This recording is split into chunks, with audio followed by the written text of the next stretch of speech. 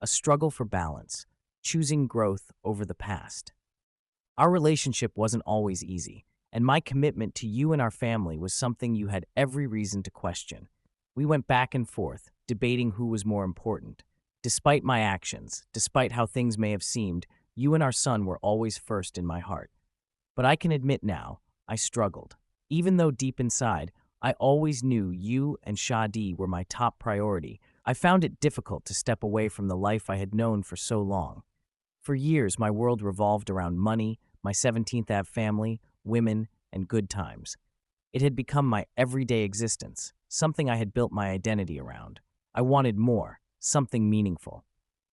But to achieve it, I had to break free from a 10 to 12-year cycle, a cycle that had defined me. I had spent years giving guidance, offering advice, and making decisions, often all in the same breath.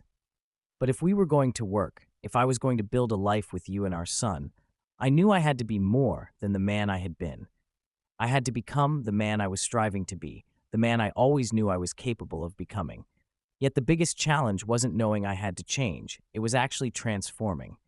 Letting go of an unsustainable life, choosing you, our son, and our future over the past. And I wanted you to be part of that change.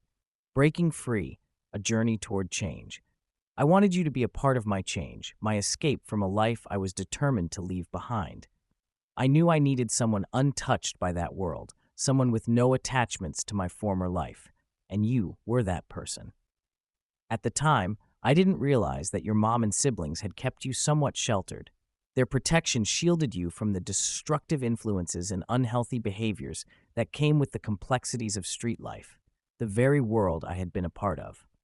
Once I understood that, I became even more certain that you were the person I needed to help me restore my faith in people and humanity. Before meeting you, I had spent close to half my life immersed in a particular lifestyle,